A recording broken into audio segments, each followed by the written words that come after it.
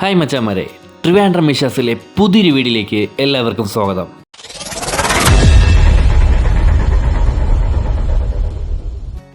മച്ചാമാരെ, ഇന്നത്തെ വീഡിയോ കൊല്ലൂർ മൂകാംബിക ക്ഷേത്രത്തിലേക്ക് പോകുമ്പോൾ അറിയേണ്ട കാര്യങ്ങളെക്കുറിച്ചുള്ളൊരു ഡീറ്റെയിൽഡ് വീഡിയോ ആണ് ഞാൻ ചെയ്യുന്നത്. കൊല്ലൂർ മൂകാംബിക ക്ഷേത്രത്തിലേക്ക് പോകുന്നവർക്ക് എന്തുകൊണ്ടും ഉപകാരപ്രദമായിരിക്കും ഈ വീഡിയോ. ഞാൻ ട്രിവാൻഡ്രംകാരനാണ്. അപ്പോൾ ഞങ്ങൾ ഫാമിലിയായിട്ട് ട്രിവാൻഡ്രത്തിൽ നിന്നാണ് പോയത്. ഏത് ട്രെയിനിൽ എപ്പോഴാണ് നമ്മൾ ട്രിവാൻഡ്രത്തിൽ നിന്ന് പോയത്, അതുപോലെ തന്നെ എത്ര മണിക്ക് അവിടെ എത്തി, പിന്നെ നമ്മൾ മൂകാംബികയിൽ ചെന്നിട്ട് എവിടെയാണ് റൂം എടുത്തത്, റൂമിൻ്റെ റെൻ്റ് എത്ര, അതുപോലെ തന്നെ ദർശനത്തിന് പറ്റിയ സമയം എപ്പോഴാണ്, ഇതിനെക്കുറിച്ചുള്ള എല്ലാ ഡീറ്റെയിൽസും ഞാൻ ഈ വീഡിയോയിൽ ഉൾപ്പെടുത്തിയിട്ടുണ്ട്. അപ്പോൾ മാക്സിമം വീഡിയോ സ്കിപ്പ് ചെയ്യാതെ കാണാൻ ശ്രമിക്കുക. ഞങ്ങൾ മൂകാംബികയിലേക്ക് പോയത് ട്രിവാൻഡ്രത്ത് നിന്നും രാവിലെ 9:15 നേത്രാവതി എക്സ്പ്രസ്സിലാണ്. മൂകാംബിക ക്ഷേത്രത്തിലേക്ക് പോകാൻ വേറെയും ട്രെയിനുണ്ട്. പക്ഷേ ഞങ്ങൾ ഈ ട്രെയിൻ തിരഞ്ഞെടുക്കാൻ കാരണം മൂകാംബിക ക്ഷേത്രത്തിൻ്റെ തൊട്ടടുത്തുള്ളൊരു റെയിൽവേ സ്റ്റേഷനാണ് ബൈന്ദൂർ റെയിൽവേ സ്റ്റേഷൻ. അവിടെ നിന്നും അമ്പലത്തിലേക്ക് പോകാൻ വളരെ എളുപ്പമാണ്. അതുകൊണ്ടാണ് ഞങ്ങൾ ഈ ട്രെയിൻ തിരഞ്ഞെടുത്തത്. ഞാൻ ഈ പറഞ്ഞ നേത്രാവതി എക്സ്പ്രസ്സിലാണ് നിങ്ങൾ വരുന്നതെങ്കിൽ മൂകാംബിക റോഡ് ബൈന്ദൂർ വരെയാണ് ബുക്ക് ചെയ്യേണ്ടത്.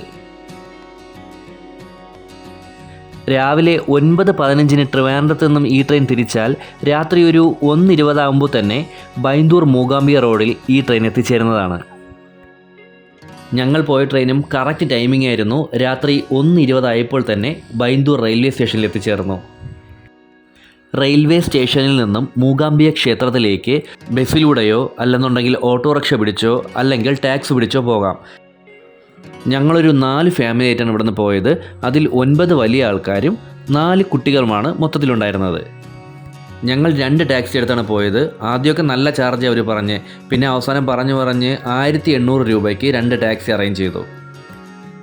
സീസൺ സമയത്തൊക്കെ ടാക്സി ചാർജിലൊക്കെ വ്യത്യാസം വരും. ഞങ്ങൾ ഓഫ് സീസണിലാണ് പോയത്, അതുകൊണ്ടാണ് ഈ ചാർജിന് അവർ കൊണ്ടുപോയത്. ഏകദേശം 2:30 ഞങ്ങൾ മൂകാംബിക ക്ഷേത്രത്തിനടുത്തെത്തി. ക്ഷേത്രത്തിനടുത്ത് ഗവൺമെൻറ് ഗസ്റ്റ് ഹൗസുകളും അതുപോലെ തന്നെ ക്ഷേത്രത്തിൻ്റെ ട്രസ്റ്റിൻ്റെ കീഴിലുള്ള ഗസ്റ്റ് ഹൗസുകളൊക്കെ നമുക്ക് ലഭ്യമാണ്. ശ്രീ മൂകാംബിക താന്ത്രിക് ഗസ്റ്റ് ഹൗസാണ് ഞങ്ങൾ എടുത്തത്. നല്ല വൃത്തിയും കാര്യങ്ങളൊക്കെയാണ്. അതുപോലെ തന്നെ റൂംസ് ആയാലും അത്യാവശ്യം നല്ല വലിപ്പം തന്നെയുണ്ട്. നമ്മളൊരു 4 ഡബിൾ റൂമാണ് മൊത്തത്തിലെടുത്തത്. ഞാൻ ഈ റൂമിൻ്റെ അകമൊക്കെ ഒന്ന് കാണിച്ചു തരാം. ഇതാ കണ്ടോ, നല്ലൊരു ഡബിൾ ബെഡുണ്ട്. അതുപോലെ തന്നെ ഒരു സൈഡിലൊരു സോഫ സെറ്റുണ്ട്. പിന്നെ റൂമും കാര്യങ്ങളൊക്കെ നല്ല വൃത്തിയുണ്ട്. പിന്നെ ബാത്റൂമിനകമൊക്കെ ഞാൻ കാണിച്ചു തരാം. ബാത്റൂമൊക്കെ നല്ല വൃത്തിയാണ്. അതുപോലെ നമുക്ക് ഓടി നടന്ന് കുളിക്കാനുള്ള സ്പേസ് ആയാലും അതുതന്നെ ഉണ്ട് കേട്ടോ. കണ്ടോ, പിന്നെ 24 ഹവേഴ്സും ഹോട്ട് വാട്ടറും കാര്യങ്ങളെല്ലാം ഉണ്ട്. പിന്നെ റൂമിൻ്റെ വാടക നിങ്ങൾ കേട്ടാൽ ഞെട്ടിപ്പോവും. ആദ്യമൊക്കെ നല്ല റേറ്റാണ് അവർ പറഞ്ഞത്. പക്ഷേ ഇപ്പം ഓഫ് സീസൺ ആയതുകൊണ്ട് തന്നെ ഓരോ റൂമും 600 രൂപ ചാർജിലാണ് നമുക്ക് തന്നത്. സീസൺ സമയത്തൊന്നും ഈ ചാർജിന് കിട്ടത്തില്ല. അങ്ങനെ കുറച്ച് നേരമൊക്കെ റെസ്റ്റ് എടുത്തതിന് ശേഷം ദേവിയെ കാണാൻ വേണ്ടി കുളിച്ച് റെഡിയായി അമ്പലത്തിലേക്ക് പുറപ്പെട്ടു. 5 മണിക്കാണ് ക്ഷേത്രത്തിൽ നട തുറക്കുന്നത്. ക്ഷേത്രത്തിൽ കയറുന്നതിൻ്റെ തൊട്ടടുത്താണ് ഈ കാണുന്ന പൂവിൻ്റെയൊക്കെ സെറ്റില്ലേ, നമുക്ക് വാങ്ങാൻ കിട്ടും. ഒരു സെറ്റിന് 100 രൂപയാണ് ചാർജ് വരുന്നത്. പിന്നെ പട്ട് വേണമെങ്കിൽ നമ്മൾ എക്സ്ട്രാ പേ ചെയ്യേണ്ടി വരും. 40 രൂപയാണ് പട്ടിന് ചാർജ് വരുന്നത്. ഞങ്ങളങ്ങനെ പൂവിൻ്റെ സെറ്റും പട്ടും എല്ലാം വാങ്ങിച്ചുകൊണ്ട് ദേവിയെ കാണാൻ വേണ്ടി അമ്പലത്തിലേക്ക് പോയി.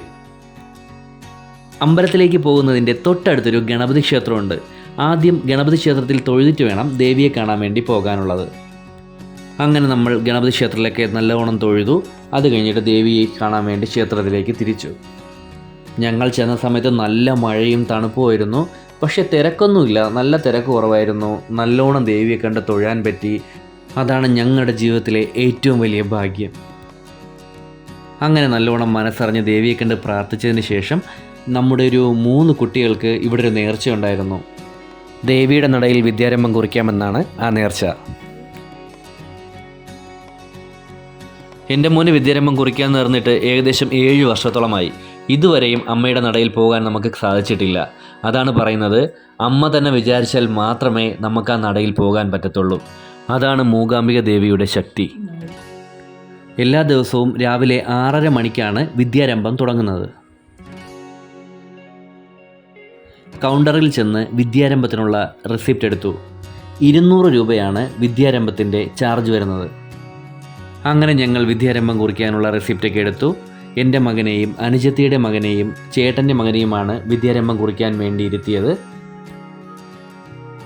മൂകാംബി അമ്മയുടെ നടയിൽ ഏറ്റിനിരുത്താമെന്ന ആഗ്രഹവും പൊന്നു ദേവി സാധിച്ചു തന്നു.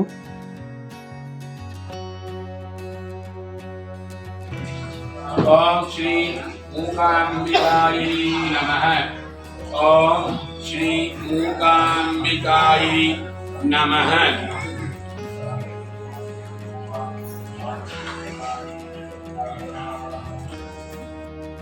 ദേവിക്ക് നെയ്വിളക്ക് അർപ്പിക്കുന്നത് അവിടുത്തെ പ്രധാനപ്പെട്ടൊരു വഴിപാടാണ്. അങ്ങനെ ഞങ്ങൾ അതും ചെയ്തു.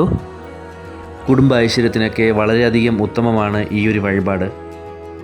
കർണാടക സംസ്ഥാനത്ത് ഉടുപ്പി ജില്ലയിലെ ബൈന്ദൂർ താലൂക്കിൽ കൊല്ലൂരിൽ സൗപർണിക നദിയുടെ തെക്കേ തീരത്ത് സ്ഥിതി ചെയ്യുന്ന പ്രസിദ്ധമായൊരു തീർത്ഥാടന കേന്ദ്രമാണ് കൊല്ലൂർ മൂകാംബിക ക്ഷേത്രം. കുടജാദ്രി മലനിരകളുടെ താഴ്വരയിലാണ് ഈ ക്ഷേത്രം സ്ഥിതി ചെയ്യുന്നത്. നമ്മളെല്ലാവരും ദേവിയെ കൺകുളിർക്കെ കണ്ട് പ്രാർത്ഥിച്ചു, നമ്മുടെ നേർച്ചകളെല്ലാം നടത്തി. എൻ്റെ അഭിപ്രായത്തിൽ ദേവിയെ രാവിലെ തൊഴുന്നതാണ് നല്ലത്. വലിയ തിരക്കും കാണത്തില്ല, നല്ലോണം ദേവിയെ തൊഴാനും പറ്റും. അതിനുശേഷം ഞങ്ങൾ ബ്രേക്ക്ഫാസ്റ്റ് കഴിക്കാൻ വേണ്ടി പുറത്തോട്ട് പോയി. ക്ഷേത്രത്തിന് പുറത്ത് ഒരുപാട് നല്ല നല്ല വെജിറ്റേറിയൻ ഹോട്ടലുകളുണ്ട്. പിന്നെ ക്ഷേത്രത്തിൽ വരുന്നവർക്ക് ATM വഴി ക്യാഷ് എടുക്കണമെന്നുണ്ടെങ്കിൽ ക്ഷേത്രത്തിൻ്റെ തൊട്ടടുത്താണ് ATM കൗണ്ടർ വരുന്നത്. ക്ഷേത്രത്തിലേക്ക് കയറുന്നതിൻ്റെ വലത് സൈഡിൽ ബാങ്ക് ഓഫ് ബറോഡയുണ്ട്. അതിൻ്റെ തൊട്ട് താഴെ തന്നെയാണ് ATM കൗണ്ടർ. ക്ഷേത്രത്തിന് പുറത്തിറങ്ങിയപ്പോൾ തന്നെ നല്ലൊരു വെജിറ്റേറിയൻ ഹോട്ടൽ കണ്ടു. പിന്നെ വേറെ നോക്കിയില്ല, അവിടെ കയറി നമ്മൾ ബ്രേക്ക്ഫാസ്റ്റ് കഴിച്ചു. അവിടെ ഫുഡിനൊക്കെ നല്ല റേറ്റാണ് കേട്ടോ. ഈ കാണുന്ന 2 ഇഡ്ഡലിയും വടക്കും കൂടെ 70 രൂപയാണ് ചാർജ് വരുന്നത്. കേട്ടപ്പോൾ തന്നെ എൻ്റെ കണ്ണ് തള്ളി. നമ്മുടെ നാട്ടിലൊക്കെ 2 ഇഡ്ഡലിക്കും വടക്കും കൂടി പേര് 30 രൂപ വരും. പക്ഷേ ഇവിടെ 70 രൂപ. ഫുഡിനൊക്കെ നല്ല ചാർജ് ഉണ്ട് കേട്ടോ. കൊല്ലൂർ മൂകാംബിക ക്ഷേത്രത്തിലെ പ്രധാന വഴിപാടുകൾ: നിറമാല, ഗുരുതി, അലങ്കാരപൂജ, അഷ്ടദ്രവ്യ ഗണപതി ഹോമം, ഉമാമഹേശ്വര പൂജ, വിദ്യാരംഭം, നവരാത്രി പൂജ, അന്നദാനം, സമൂഹ സദ്യ.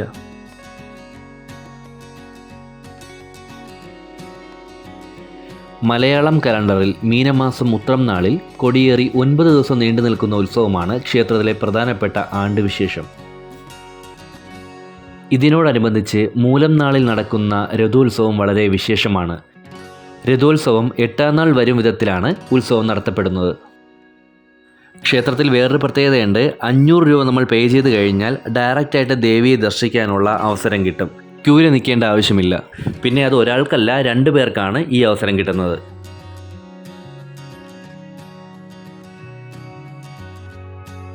ജീവിതത്തിൽ ഒരിക്കലും മറക്കാൻ പറ്റാത്ത ഒരു അനുഭവം കൂടെ ദേവി നമുക്ക് സമ്മാനിച്ചു.